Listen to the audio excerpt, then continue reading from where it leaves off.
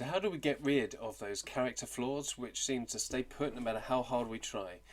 And they seem to get between us and God, which is a bit of a downer really. So let's find out.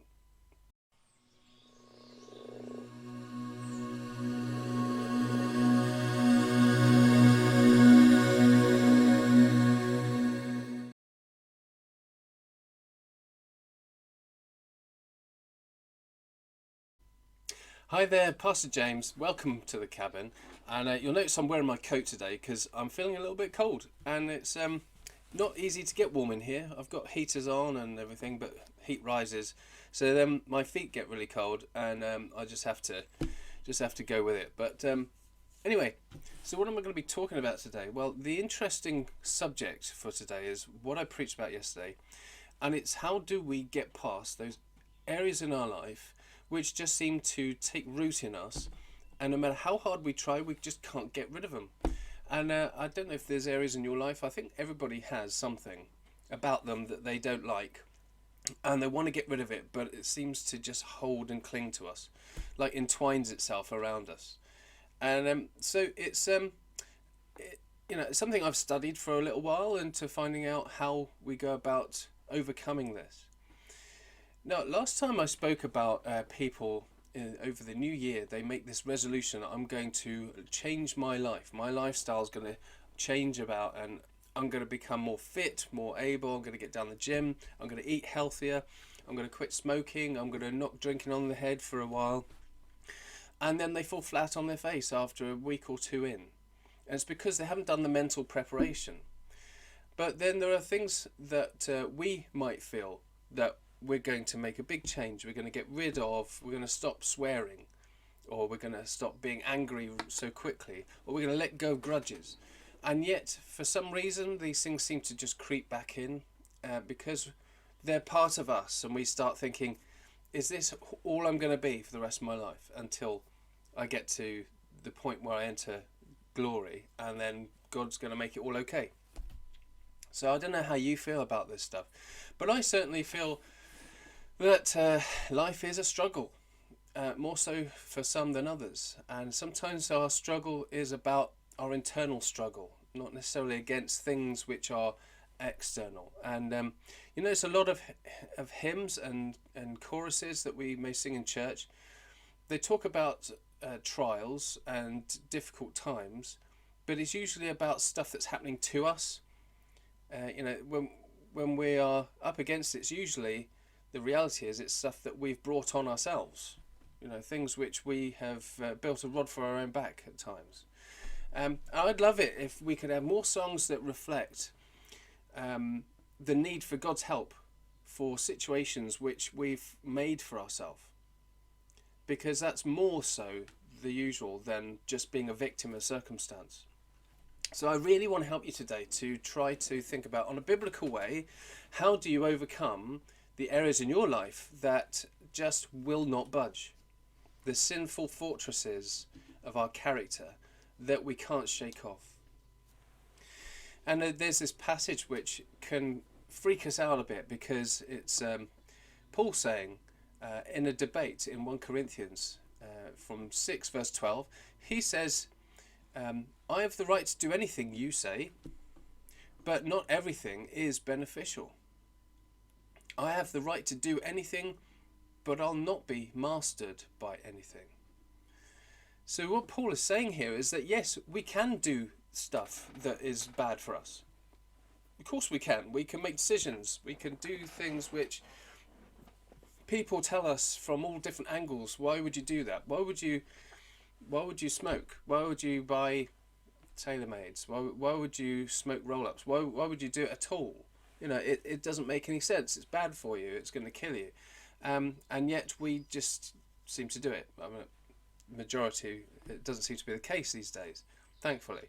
But, we do things which are bad for us.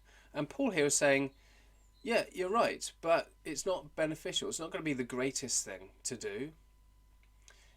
It's you do have the right to do anything, but don't be mastered by it. If you're going to mess up, that's going to happen because we're flawed, we're human. But don't allow it to become a master in your life, something that you have to obey, like you're a slave to it. I think smoking is an example of that. I used to be a smoker, so I know what it's like to fight that urge to go back to it, and I I don't tend to. It's more vaping or Nicorette stuff that I feel pulled and compelled to return to. I'm grateful at the moment. I'm clean of it, and God has given me the strength to overcome it. But one day maybe I will slip up and I'll end up back at square one. And I guess to an extent that's going to be life for us, isn't it? Until we reach glory, until we come into God's heavenly kingdom. But we mustn't be mastered by anything. We mustn't have something in our life which dictates to us how we will behave and what we will do and anything else. Because the only one who should be our master is the Lord himself. Simple as that. In Romans 12, 1-2, it says, "Therefore I urge you, brothers and sisters, in view of God's mercy, to offer your bodies as a living sacrifice, holy and pleasing to God. This is your true and proper worship. Do not conform to the pattern of this world, but be transformed by the renewing of your mind. Then you will be able to test and approve what God's will is, his good, pleasing, and perfect will." So, offer your bodies as a living sacrifice. What does that mean? I'll tell you what it doesn't mean. It doesn't mean that you see yourself as your body is the temple of the Holy Spirit, but it doesn't mean you have to jog for 5 miles a day and keep yourself fit and healthy and eat only health food and stuff like that. It's they aren't bad things to do in of themselves, but they can become a master. It can be a way of life that you feel compelled to do. There's another good example. But no, it's not about that. It's about remembering that everything about us, our physical body, our life, everything we have, everything we enjoy that's good, family, friends, everything is given to us. We don't own any of it. Now, if you start thinking, well, this is my life, despite the fact we didn't do anything to gain this life, it was given to us. But if you start saying, this is my life, I will do things the way I want to, then you are saying to God that you don't own me, I own me. I am my own property. It's countercultural, because we tend to think in our culture, in the West particularly, that you are the centre of your universe.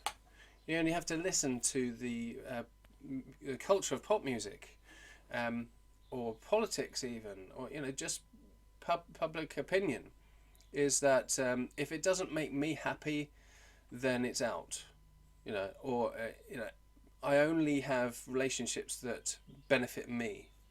It's not necessarily about me benefiting other people. So it's a very very isolated way to live. But we do not own ourselves. There is nothing that we have in this life that is truly ours. Everything has an expiry date. Everything will leave us eventually. In fact, we will leave eventually. So we cannot say we own ourselves. And when we remember that God has given us our life, God has given us our bodies, our health, our finances, everything, then we are living as a living sacrifice. We're offering ourselves back to God, saying, look, everything I've got is from you. I'll give it back to you because you're the one that gave it to me, and I must honour you with it all. So that's what it means. And if you have any doubts about that, then I'll direct you to 1 Corinthians 6, 19-20. Do you not know that your bodies are temples of the Holy Spirit, who is in you, whom you have received from God? You are not your own. You were bought at a price. Therefore, honour God with your bodies. You are bought at a price, the highest price there is, the blood of God himself. There is nothing higher than that. So, how does this help us with our transforming into the likeness of Christ? How do we get out of those stuck areas of our life? Well, if we have the attitude of that we are owned by God, we were bought at a price, then we need to live for him. We can't say, I'll do it my way. We have to say, I'll do it your way, which is a great thing to say. Then it's a mindset that brings about change, because we allow God to change us. We allow God into those fortresses and say, look, I have no right to stop you coming in because you own me. I'm going to let you in. I'm going to let you do what you want. Have your way in me. We need to remember who we are in terms of the order of creation. God, the creator, created us. We are beneath him and always will be. Now, when we are given this command to be transformed by the renewing of your mind, it's about mental discipline, yes, but it's also about living it out. It's not just about thinking about what you're going to do, it's about doing it at the same time. If you combine these two things together, then you have the greatest chance for growth, development and change. God doesn't just say, I've told you what I want, now go ahead and do it. And don't come back to me until you've done it. Thank goodness he doesn't do that, because he wants to partner with us in our work, our character work, and the work that he's given us to do. He wants to be with us in it. And there are times when I feel like I've faced with a temptation and I have to make a decision. Which way am I going to go? I'm going to go to the right or to the left. In mythology, going to the left is usually the dark road, the bad way. And I guess right means right. So there are times when I choose the right path, so to speak. And yet, because I've done the right thing, it feels like the boring thing, the mundane thing. I'm supposed to be having fun in this life, and yet doing the right thing is always, well, it tends to be the more boring way, because, oh, I'm such a goody-goody. But actually, it's a life of freedom. It's a life free from a loss of the heartache and troubles that we would normally face. Because let's face it, how many of our life's troubles are created by us? How many of the things which we've struggled with have been mistakes that we've made? Things we've said to somebody that upset them. And we've had to carry the burden of that, and then the memory of it for years to come. We need to remember that we can be the author of our own pain a lot of the time.